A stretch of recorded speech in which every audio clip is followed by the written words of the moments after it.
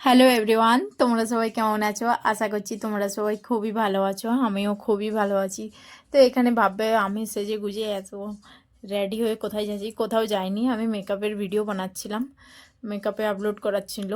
তারপরে তোমরা দেখতে পাচ্ছ এটা পরের দিনের ব্লগ। রিদ স্কুলে যাচ্ছে। স্কুলে যাবার পরে আমি যেটা করতে চলেছি, আজ আমার বেডরুমের ক্লিনিং করতে চলেছি, কারণ অনেক দিনই ক্লিনিং করা হয়নি। এই জন্য আমি ভাবলাম আজকে আমি ক্লিনিং করে দিচ্ছি। যদি তোমাদেরকে ব্যাকগ্রাউন্ডে কোনো আওয়াজ আসছে তো এই জন্য সরি, কারণ এখানে মাইক বাইক চলছে তো আসছে, তো সরি, আমি তো বুঝতে পারছি না। তো এখানে দেখতে পাচ্ছ তোমরা আমার বেডরুমটা ক্লিন, মানে বেডশিটটা আমি মেলে ফেলেছি। আর আমার থেকে একটা ভুল হয়ে গেছে, সেটা হচ্ছে আগে তো আমি দেখিনি এখানে ধুলো জমে আছে বলে। তারপর দেখার পরে আমি ভাবলাম এই ধুলোগুলোকে একটু ঝেড়ে নিয়ে যাই হোক, আমি একটা হ্যাক লাগিয়েছি। এখানে আমি ভিজে কাপড়ে করে আমি এগুলোকে মুছে দিয়েছি। এতে কি হয়েছে, ধুলোগুলো উড়ে নিয়ে ওই ভিজে কাপড়টাতে বসে গেছে।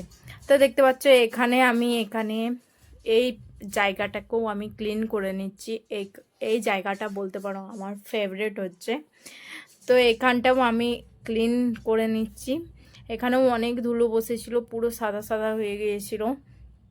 তা আমি ভাবলাম এখানটাও তো ক্লিন করব, যখন আমি বেডরুমের পুরো ক্লিনিং করছি। তো এই জায়গাটাও আমাকে ক্লিন করবার দরকার আছে। তো আজকে আমি তোমাকে আমার বেডরুমের ক্লিনিং অ্যান্ড বেডরুম ট্যুরটা আজকে তোমাদের সাথে শেয়ার করব। তো দেখতে পাচ্ছ এখানে আমি আমাদের যে ডিভানটা আছে তার সামনেও আমি সাজিয়ে রেখেছি। তো এখানে দেখতে পাচ্ছ আমার ফাইনালি ক্লিন করা হয়ে গেছে। আর ক্লিন করবার পরে দেখতে পাচ্ছ ফাইনাল লুকটা কত সুন্দর। অবশ্যই যদি ধুলো ময়লা থাকে বেডরুমে তো একটুকুনো ভালো লাগে না। তো এখানে ভালোও হয়নি, এমনিও বলে। তো এখানে সব সময় নিজের বেডরুমটাকে ক্লিন করে রাখার দরকার আছে, একটু করে মাঝে মাঝে 6 মাস 1 বছর পরে পরে একটুকু চেঞ্জ বি করবার দরকার আছে। তো আমিও করেছি, এমনি থাকেনি প্রথমে।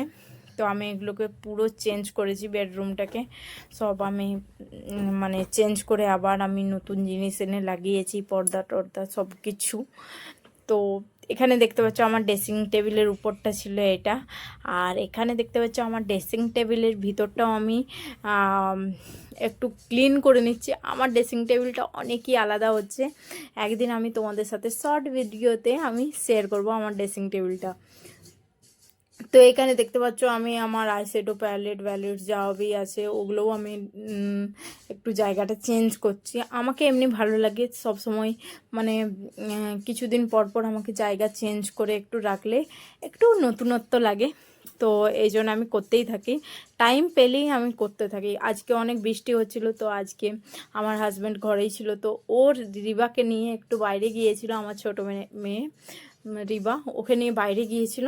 তো আমি ভাবলাম যে ও যখন বাইরে গিয়েছে তো আমি এই ক্লিনিং সব কিছু করে নিই। তো এখানে দেখতে পাচ্ছ আমি ক্লিনিং করছি। আর হ্যাঁ, আমার ভিডিওটা তোমার যদি ভালো লাগে, তোমাদের যদি ভালো লাগে প্লিজ লাইক করবে, কমেন্ট করবে, সাবস্ক্রাইব করবে, প্লিজ করে নিও।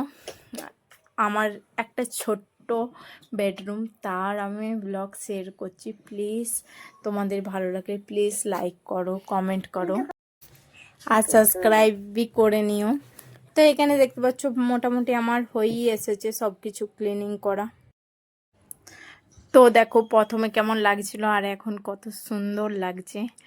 তো এই জন্যে কী বলতো, মাঝে মাঝে ক্লিনিং করতে হয়, তাতে তোমার মানে ঘরটাকে দেখে তোমার মাইন্ডটাও ঠিক ঠিক থাকে। আমার তো এমনিই হয়, আমাকে ঘরটা দেখলে হ্যাঁ সব ঠিক আছে এমনি লাগে আমাকে। আর তোমার তো এখানে দেখতে পাচ্ছ আমার সব কিছু ক্লিন করা হয়ে গেছে। আর আজকে আমার পুরো রুমটা ট্যুর তোমার